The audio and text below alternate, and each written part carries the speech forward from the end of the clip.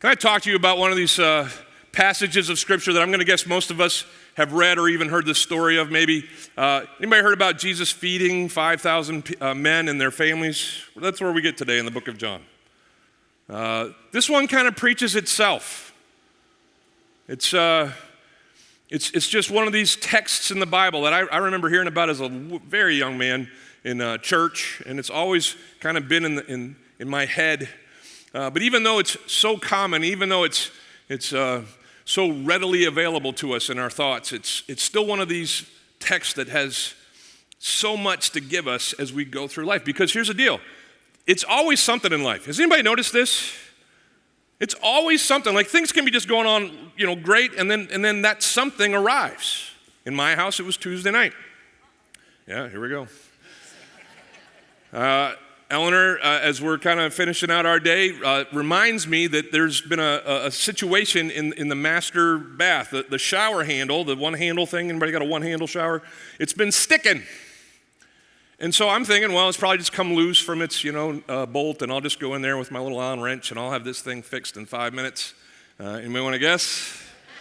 That is not what happened. In fact, the more I tried to fix it, the harder it became, and so finally, I just kind of tried to wiggle it so I could pull it off of that one last piece.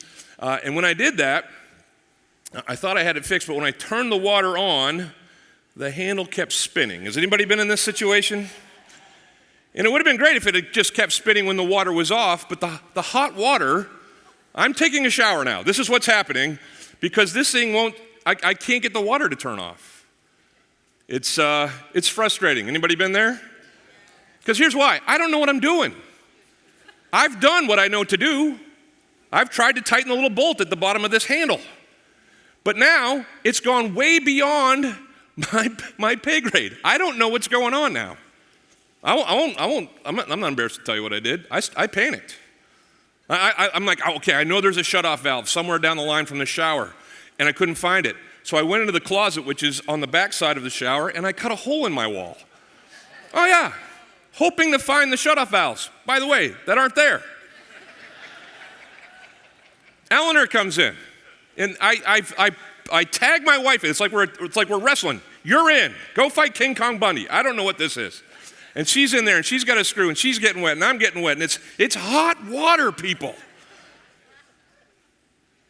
Finally, we're on a well. I'm like, and this is 10 o'clock at night, by the way. I'm tired. I'm angry. I'm frustrated. I go out to our well. I shut off all the water in the house. And I know that there's, the rest of my family's going to get up and want to take showers in the morning, including myself. And so I got to get to Home Depot at like 6 in the morning and try to figure this out. And has anybody ever put your head on the pillow and just been like, God, seriously? We had a great day going. What's up with the shower? I mean, thank you that I got the water turned off. I'm not going to flood my house. Could be worse, absolutely. I'm not irrational, mostly. But I am irate. Who's ever put your head on the pillow and just been like, man, I couldn't sleep. I played through my head all the ways that this is going to get worse in the morning when I try to fix this. I'm going to blow out my bathroom.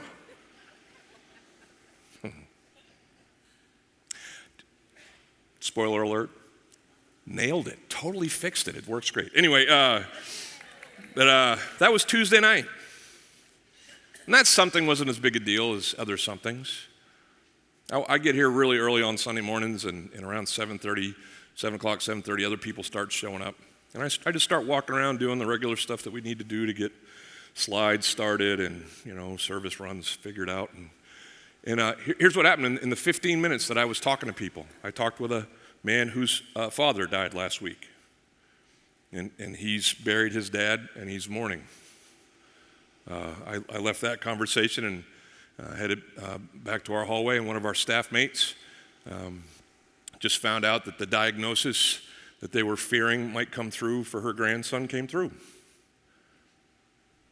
My friend's something is his dad dying. My other friend's something is her grandson being sick.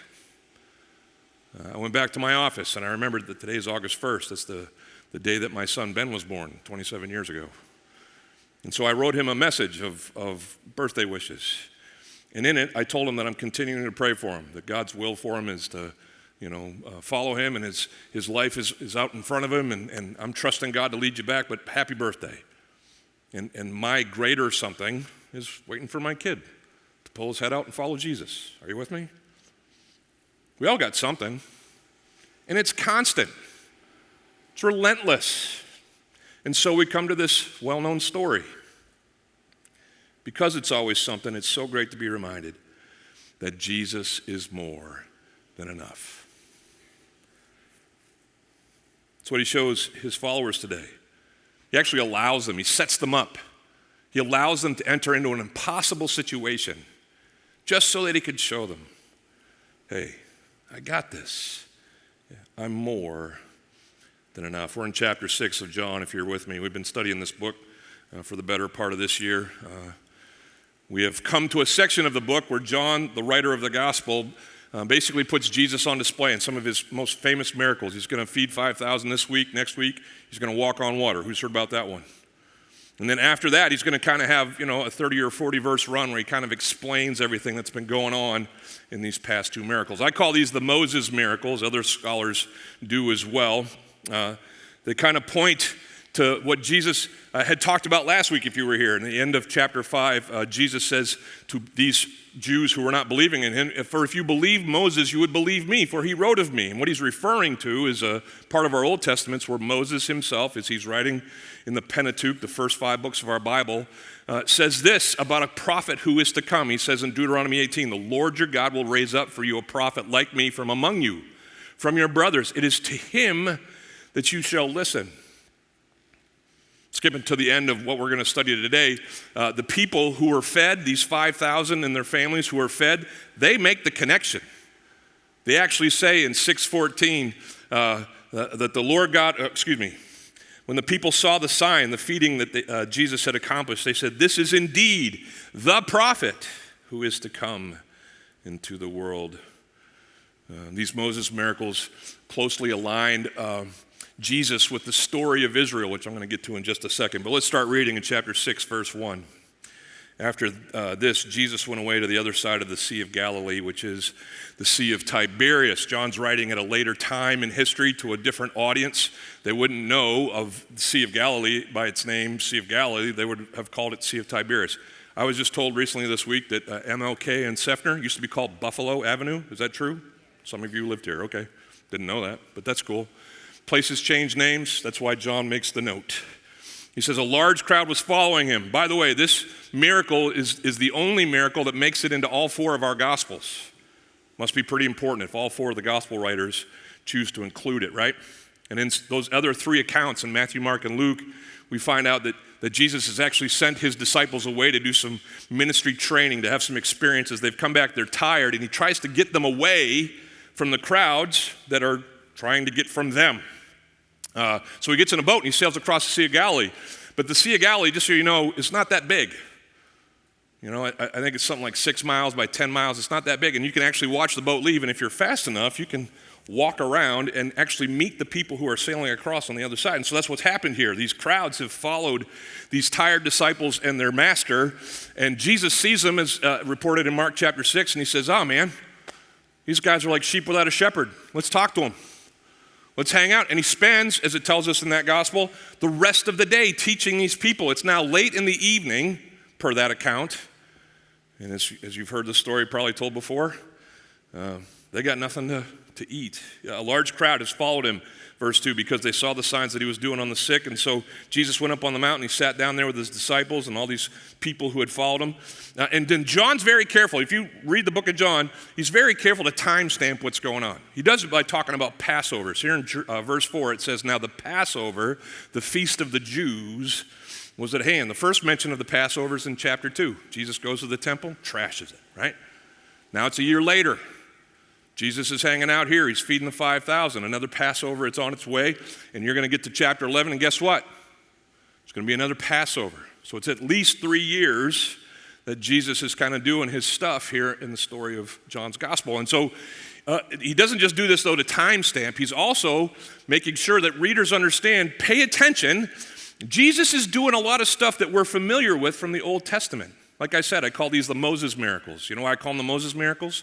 Because Jesus is about to make bread come down from heaven. Not literally, but he's going to take 5 loaves in just a second. He's going to break it up, and everybody's going to have enough to eat. What does that remind a Jewish person of? The manna that came down in the Exodus, the story of Israel. He's going to provide. And then Jesus, in the next story, spoiler alert, come back next week, but he's going to walk on water. He's going to have power over water. And what does that remind a Jewish reader of? The parting of the Red Sea. And then Passover. Come on, don't miss that. What is the Passover about? It's completely, one for one, the story of Christ, the Lamb of God being given on behalf of mankind, right? And so John makes those notes. All right, that's my reading the book's fun. Let's keep going. Here we go. Lifting his eyes up, it says in verse 5, and seeing that a large crowd was coming towards him, they've already appeared, Jesus turns to one of his specific disciples. It's the only gospel that gives this specificity. And all the others is just he turns to his followers and he says, but here he turns to a guy named Philip. He's one of the 12. And he says, where are we to buy bread so that these people may eat? If you go back to chapter 1, Jesus is up here in the region of Galilee. He's actually, in the other Gospels, reported to be in a town or near a town called Bethsaida. Guess who's from Bethsaida? Philip. Come on, people, stay with me. Who are we talking about here? Philip, right? So Phil's from Bethsaida, and Jesus says, hey, where's the closest Wawa? How can we get these people some food, Phil? I'm not from here. Where's the best place? And it's way past closing time. There's certainly, as we're going to find out, there's 5,000 men. There's probably 5,000 men, their wives, and maybe some of their kids. We're talking 15, maybe 20,000 people. We're talking Amalie Arena. And Jesus turns to Phil and says, look at all these people. They're hungry. You're from here. Where do we get them some food? Don't miss what he says next, or what John tells us next. It says in verse 6, he said this to test Phil, for he himself knew what he would do. Let's start on a high note, shall we? Is anybody here encouraged by the fact that Jesus has the answers to the test? Hopefully none of you have ever cheated. Oh. But if you were ever that kid who went into the test with that crib sheet under your sleeve, I shouldn't even be talking about this. I don't even know why I'm using this as an example. But can we all agree that if you know the answers to the test's way easier? Yeah, good. Let's move on. Just so you know, in everything that we experience in life, God's gone ahead of us. The Son of God's gone ahead of us, and he knows what's going to happen. No surprises with an all-knowing, all-powerful, in all places God. He's got it. He's not stumped ever. He never stood in front of his master shower handle and said, nah. He never did that. Jesus knows what he would do. But what's he doing here? He's going to test Phil. He's going to test the rest of his disciples. He's going to do what good fathers and good mothers do. I know what's supposed to happen here. Do you?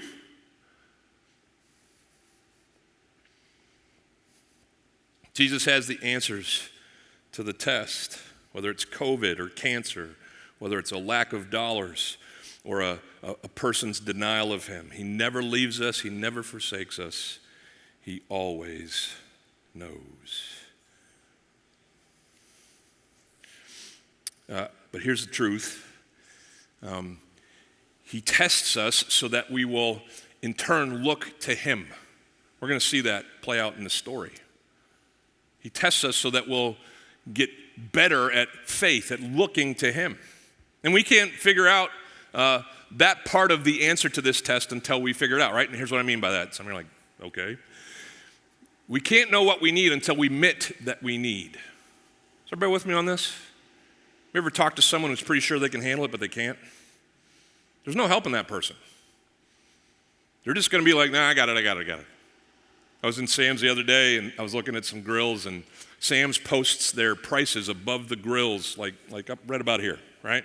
They're just on this fishing line that goes across the aisle, and here's the products, and here's their prices. So this one grill, there was a display, but there weren't other boxes with this grill in them, and so I flagged down finally one of the employees, and I said, hey, do you know if there's any of these? I'm interested in buying it. And she says, well, I don't know. And so she takes out, have you seen these people now? They take out their phones and they scan a code. They don't call anybody. They just scan a code, and it's all on their phones or their hand computers. Hand computers, that's funny. Anyway, but here's the deal. This woman, 4'8", maybe, like in high heels. I don't know.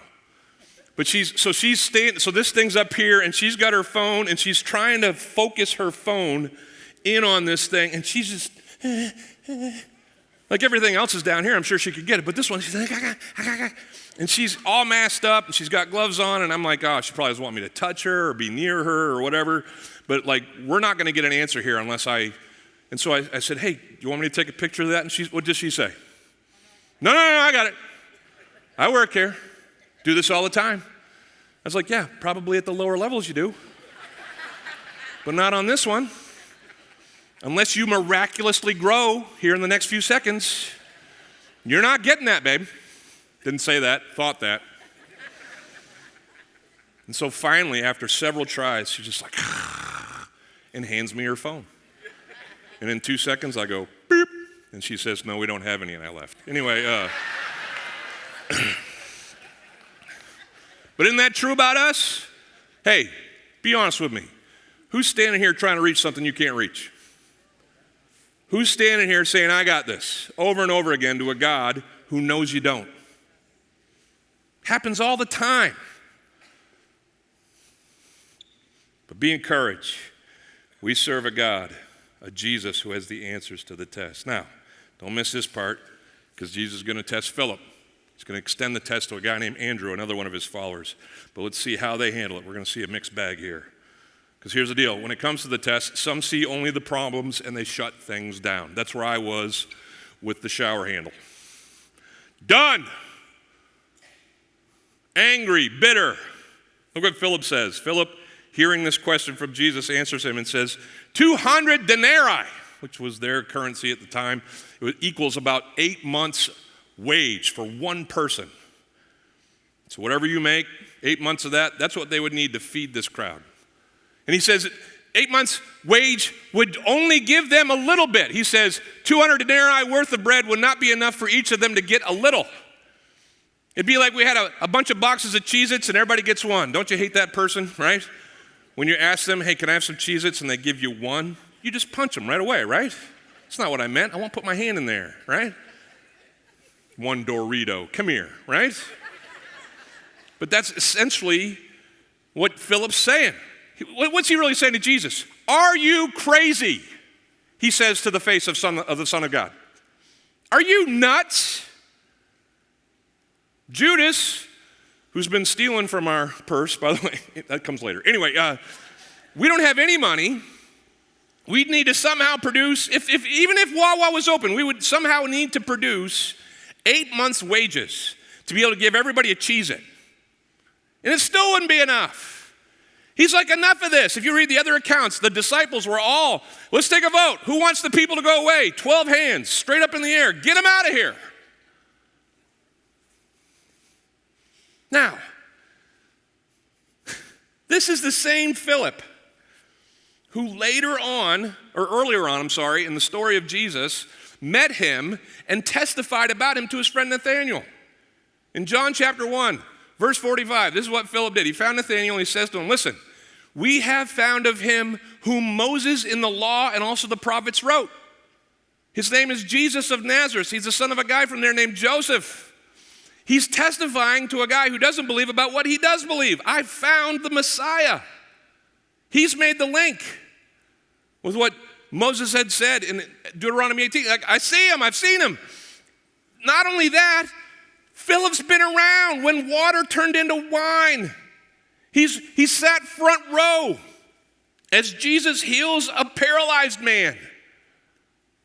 He's seen the miracles in much the same way that you and I, if we follow Jesus long enough, have seen him work and intercede on our behalf. But he, like us, have horrible spiritual amnesia, and we forget what Jesus has done. And in the heat of the moment, in the stress of the situation, we're like, this is impossible. And that's what Philip does.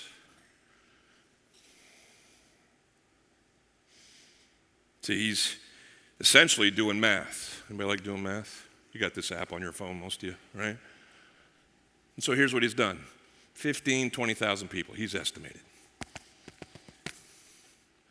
Times number one meals at Chick-fil-A. Minus what we have in the coffers, 0.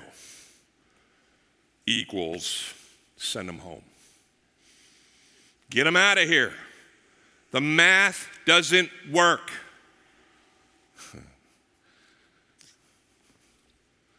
Jesus is done with Phil, and in comes Andrew, who sees some of the possibilities, but still lacks faith, right? Andrew at least had apparently the wherewithal to go out and ask.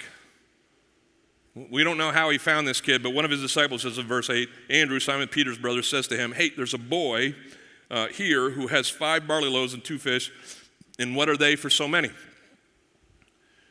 So Andrew, a little better than Phil, not just a complete shutdown, but he, like me Tuesday night, at least tried.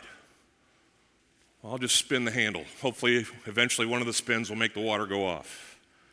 Never happened until later. But Andrew just, Jesus said, what do we got? And Andrew at least checked. Walked around. Anybody got anything? And you've all heard the story. This little boy, his mom packed him a Lunchable, right? Just so you know, there's all kinds of least in this story. Boy, least. Child, least. Barley, did you know there was 4 major grains in the Israeli food system, and barley was the cheapest one to get? It was like, buying the no-name brand at Walmart. So he's got this little boy with these cheap pieces of bread and only 2 fish. And when we're talking about 2 fish, don't think like fish, think like chunk of fish. Like this is enough for a little boy to eat for his meal that day. That's it. And so Andrew brings his little, and he's like, here's my little, but it sure isn't a lot. And it doesn't seem to be enough. Maybe that's you. You've at least tried, made your attempts, sought what you can do. It's a great thing, please. When you come to life's tests and struggles and trials, do what you know to do. Absolutely. But if you're like me, you go back to your calculator and you're like, this isn't going to work either. Because I got 2 fish plus 5 loaves divided by, where's that? Oh, there. 20,000 people equals, let's go home. Can I share you what's missing on this calculator for both Philip and for Andrew and for those of us who kind of find ourselves in these situations? Let me drop it first. It's this little number right here. The God button. Here's the deal. If you put your faith in Jesus Christ, you got a different calculator now. You're not trying to figure out life like the rest of the world on their own, by their own means, with no one else to rely on but those who are in their lives and themselves. You have been given by God the grace of God, the presence of God, the promises of God. And this is not a blab it and grab it sermon. I'm not going to say that every time you ask for something and hit the God button, he's going to give it to you. Not how it works. He's not a vending machine. Everybody gets that? But I will tell you that God will often lead us into the box canyons of life with no way out, so that we will figure out, I can't do this. And we will finally break the glass, pull the alarm, and hit the God button and see what he can do. If we could say anything about Andrew, at least he brought something. He wasn't believing, but he's like, hey man, if you can do something with these Lunchables, just go ahead. Love what happens next. Just love it. Jesus shows that he can do a lot with a little when meeting a need. Jesus says to the disciples, perfect. Oh, good, you found it. One of you had at least the willingness to go out and look for these pieces of food that I need to do what I need to do. Way to go, Andrew. Punches him on the shoulder. And he says, everybody sit down. Just so you know, if you were back then and you were sitting down on the ground, it's picnic time. We're about to eat. It would be a signal to everybody. It's like, oh, cool, they're catering. I had no idea we were going to get a meal out of this. How sweet. He sits them down, and you guys know the story. In Mark, it tells us that they sat in groups of 100 or 50. That there was much grass in the place. It was a pleasant picnic. The men sat down, about 5,000 in number, and then Jesus took the loaves, and we had given thanks. This is the Greek word Eucharisto. It's from if you grew up Catholic or you grew up in one of the mainline denominations, Protestant denominations, you probably know that the Lord's Supper is called the Eucharist. Eucharist is a Greek word that means gave thanks, but it also means, it's basically a compound word, the prefix EU or epsilon, not epsilon, doesn't matter, EU. It means good. That's what, like euphoria, right? EU, euphoria. You with me? Charis, Eucharisto, is the word for grace. And so when you have been taught to say grace before your meals, you're being taught Eucharisto. Praise the good graces of God. That's always been fascinating to me that when this word, it's a common word, it's not, we shouldn't make too much of it, but when Jesus breaks the bread, here's what he's basically saying. Often for the good graces of God to come in life, there has to be a breaking of those who would receive his good graces. Has anybody noticed that in life? Like often you and I must be broken of our self-entitlement, broken of our self-sufficiency, broken so that his good graces can be released to us.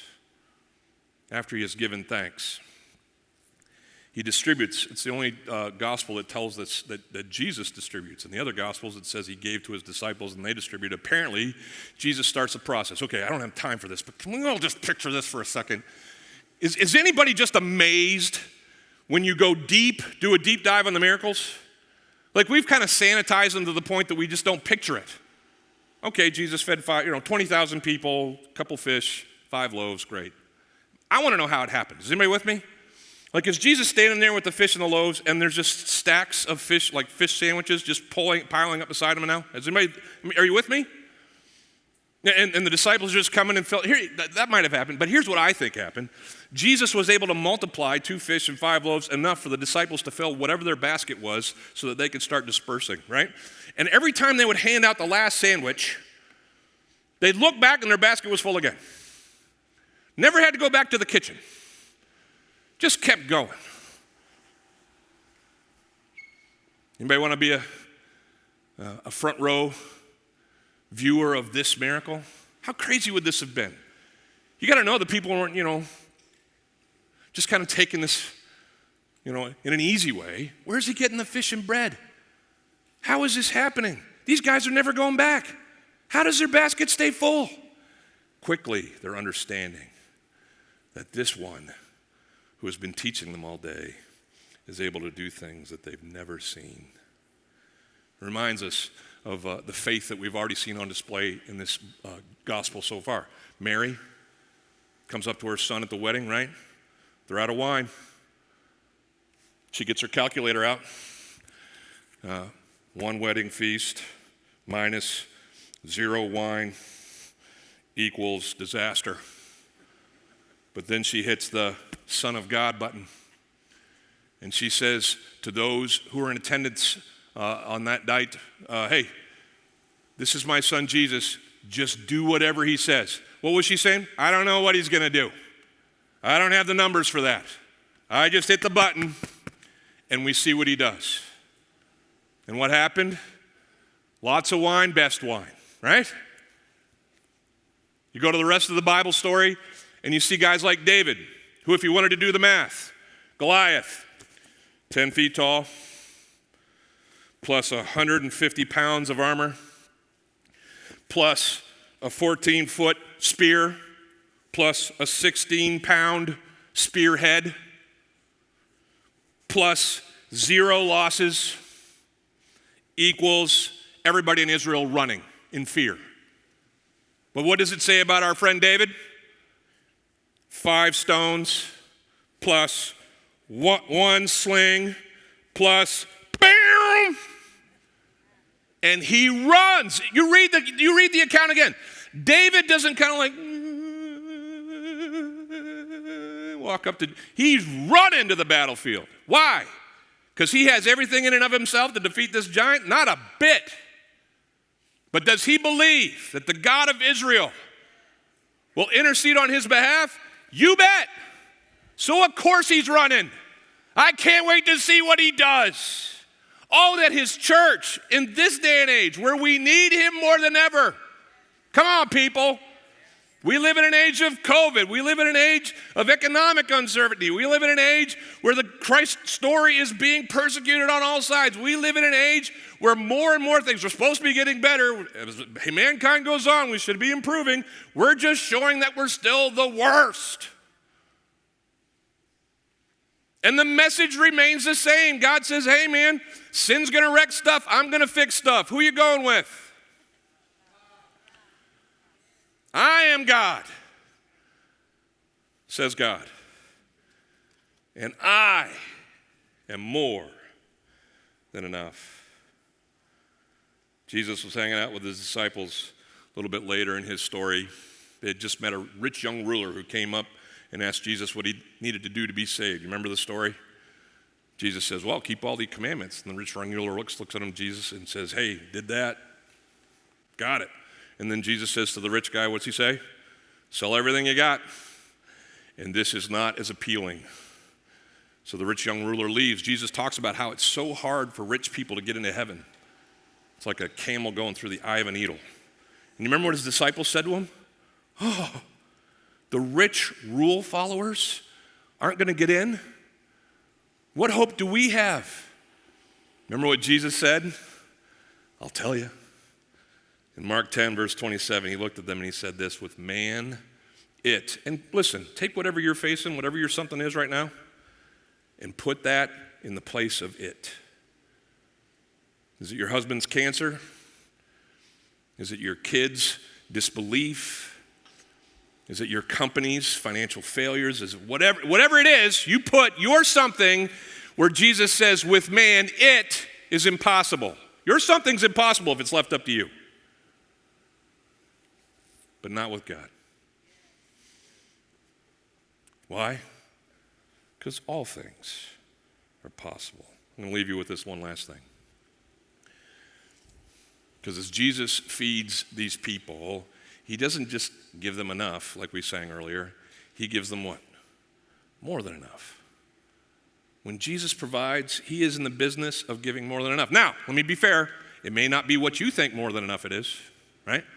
You may have thought more than enough was more money, or more this, or healing here, or a resolution now. But as God, according to his will, provides, he always provides more than our enough. It says that Jesus took the loaves, verse 11, and when he had given thanks, he distributed to them to those who were seated, and so also the fish. And then what does it say? As much as what? Okay, you ever been around hungry people? Who's ever gone like all day and not eaten before? Anybody fasted? I've fasted for a while, and I got to tell you, the first time you eat again, Katie bar to the door. It's like, everybody stay back. Don't put your fingers near my mouth. It's going in, right? And lots of it are going in. Like your body is telling you, you're going to starve to death unless you get all of that in here. I've been on, and people who've been to Africa with me, they'll testify to this. If you go and you train pastors in Africa, most of them are subsistence farmers. They don't get a lot of food. And at these conferences that we provide for, there'll be lots of food. And so you'll see these pastors, these little skinny 120-pound guys, go to the buffet line and they'll walk back. And I'm not kidding. It's like food for a week. And these guys just plow, and then I'm always the one who has to teach them after lunch, and they all pass out because their bellies are full. But that's what's happening here. And so when you see Jesus say that they had more than enough, or John tell us that when Jesus provided, he gave them more than enough, these people ate until they could eat no more. As much as they wanted. And then you know the story. Everybody got what they wanted. They'd eaten their full or their fill, verse 12, and he told his disciples, okay, go on out there, gather the leftover fragments that nothing may be lost. And so they gathered them up, and they filled 12 baskets with fragments from the 5 barley loaves left by those who had eaten. Every disciple given his own basket of leftovers. What does that mean? I don't know. What do you guys do with your leftovers? I'll be eating some today, just so you know. Cooked it on Friday. Pork chops, really good, just so you know. Nailed it. But they're still around. And so when I get home from church this afternoon, microwave, pork chops, booyah. Are you with me? Because that's what you do with leftovers. They provide for the next thing, the next meal, the next day. That's what the leftovers are for. It wasn't just to show that, look at what Jesus did. He gave me all this fish and bread. He provided for the... Now, get this. Listen to me. If you don't hear anything else, hear this. Yes, you're going to face troubles. Jesus promised that. In this world, things are going to break. But what does he say? Take heart, because I have overcome the world. And I'm not just going to overcome the stuff that you're in. In the midst of what you're overcoming, in these moments, I'm going to provide for you the things that you need for the next stuff that's coming. The lessons that we learn, that's why James tells us to consider it joy when we experience trials. Why? Because it's going to make us stronger. For when? For the next stuff that's coming. I'm reminded of the story of Shadrach, Meshach, and Abednego. These three guys who were basically taken into captivity by the Babylonians from Israel.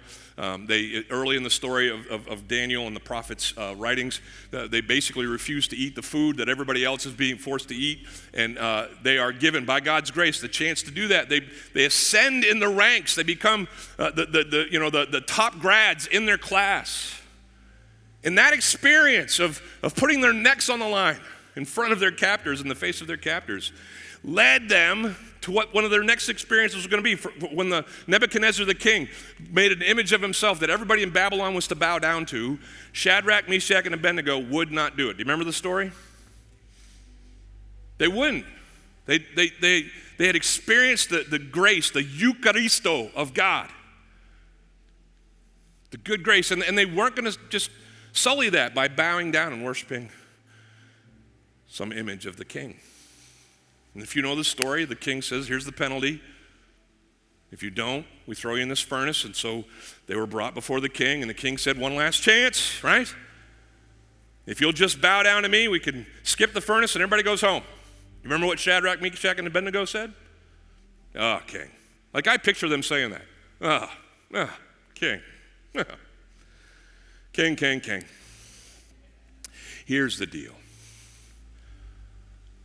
We're not going to bow down to your image. Why? Because we believe that we serve a God who can spare us in that fire. I'm paraphrasing, but that's essentially what they said. But then you remember what he said? It's one of my favorite lines in the whole Bible. Remember what they said? But even if he doesn't, even if this is our last day on earth,